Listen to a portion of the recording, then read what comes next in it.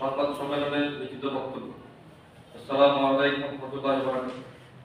সম্মানিত সাংবাদিক বৃন্দ, সচেতন ছাত্র সমাজের উদ্যোগে আয়োজিত আজকের এই সংবাদ সম্মেলন উপস্থিত থাকার জন্য আপনাদের সবাইকে ধন্যবাদ জানাচ্ছি। আমরা এখানে একটি গুরুত্বপূর্ণ বিষয় আলোচনা করতে একত্রিত হয়েছি।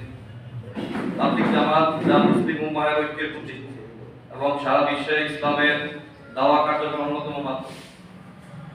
আমরা লক্ষ্য করছি যে সাম্প্রতিক বছরগুলোতে তাবলীগ জামাতের অভ্যন্তরীণ বিভেদ সংঘর্ষ রূপ নিয়েছে, যার ফলশ্রুতিতে প্রাণহানির মতো দুঃখজনক ঘটনা ঘটেছে, যা দেশের সার্বিক স্থিতিশীলতা ও শান্তি শৃঙ্খলার জন্য হুমকি স্বরূপ। এই পরিস্থিতিতে শুধু তাবলীগ জামাতেরই ক্ষতি করছে না, বরং বৃহত্তর মুসলিম সমাজের ঐক্য ও সৌহার্দ্যকেও প্রশ্নবিদ্ধ করছে। আমরা নিবিড়ভাবে পর্যবেক্ষণ করছি যে তাবলীগ জামাতের বিদ্যমান পক্ষদের মধ্যে এক পক্ষ চরম বৈষম্য শিকার হচ্ছে। তাই আজকে আমরা আমাদের মাধ্যমে দেশবাসীকে সেই বৈষম্যের চিত্র তুলে ধরতে চাই এবং সমাধানের সম্মিলিত প্রচেষ্টার আহ্বান জানাই। বৈষম্যের চিত্র এক, প্রধান মুরব্বীদের আগমনে বৈষম্য। সুরাই নিজামের প্রধান মুরব্বীরা ভারত ও পাকিস্তান থেকে নির্বিঘ্নে আসতে পারে, অথচ বিশ্ব মার্কাজ নিজামুদ্দিনের অনুসারী মুদার তাবলীগ জামাতের মাওলানা হযরত সাদ সাহেবের অনুসারীদের সর্বোচ্চ মুরব্বী বিশ্ব আমির মাওলানা সাদ সাহেব বারবার বাধার সম্মুখীন হয়েছে এবং এখানেও আসতে পারছেন। দ্বিতীয় নম্বর, কাকরাইল মসজিদ বৈষম্য ব্যবহার বৈষম্য। কাকরাইল মসজিদ যা তাবলীগ জামাতের প্রধান কেন্দ্রগুলোর একটি, তাবলীগের বিশ্ব মার্কাজ নিজামুদ্দিনের অনুসারী মুদার তাবলীগ মাওলানা সাদ সাহেবের অনুসারীরা এতদিন যাবৎ 14 দিন তাদের কার্যক্রম পরিচালনা করতে ব্যবহার করতেন। তারপর সুরাই নিজাম মাওলানা জুবাইর সাহেবের অনুসারী 28 দিন ব্যবহার করতেন। এভাবে ধারাবাহিকভাবে এক পক্ষ 14 দিন এবং অপর পক্ষ 28 দিন কাকরাইল মসজিদ ব্যবহার করতেন, যা স্পষ্টত বৈষম্য। কিন্তু বর্তমানে এক পক্ষ জোরপূর্বক কাকরাইল মসজিদে নিয়ন্ত্রণ নিয়ে রেখেছে, যা বৈষম্যের চরম পর্যায়ের প্রতিফলন। নাম্বার 3, টঙ্গীর ইজতেমা ময়দানের নিয়ন্ত্রণে বৈষম্য।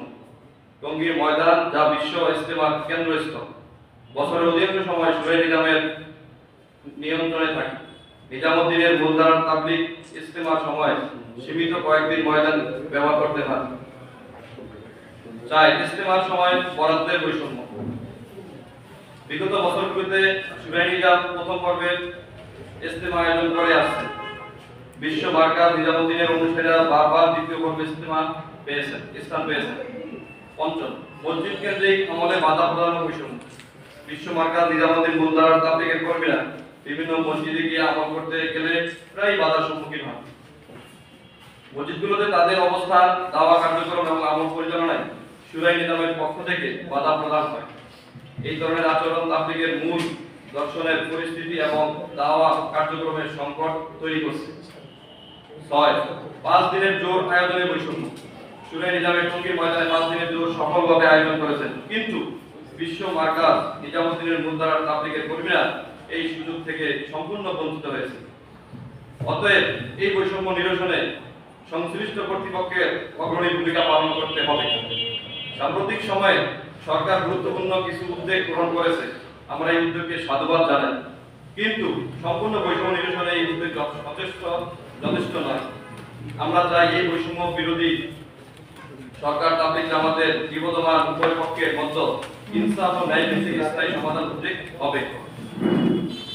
তাই আমরা সচেতন ছাত্র সমাজের পক্ষ থেকে ইনসাফ ও ন্যায় ভিত্তিক স্থায়ী সমাধানের লক্ষ্যে নিম্নলিখিত 3টি প্রস্তাব পেশ করছি।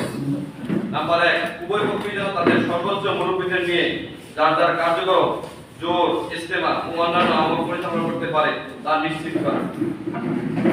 নাম্বার 2, উভয় পক্ষের জন্যই কাকরাইল মসজিদ, টঙ্গীর ময়দান এবং দেশের প্রতিটি মসজিদ উভয় পক্ষের তাবলীগের আমলে সমতা নিশ্চিত করা।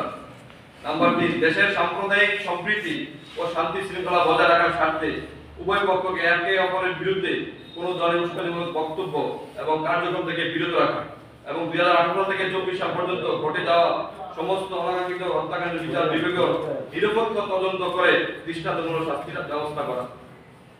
অতি শীঘ্রই উপরোক্ত প্রস্তাবের আলোকে দৃশ্যমান কোনো পদক্ষেপ গৃহীত না হলে বিগত 8 ডিসেম্বর 2024 স্থগিতকৃত প্রধান উপদেষ্টার বাসভবনের সামনে অবস্থান কর্মসূচি দেশের সচেতন ছাত্র সমাজ এবং সচেতন নাগরিকদেরকে নিয়ে আরো জোরালোভাবে পালন করতে বাধ্য হব।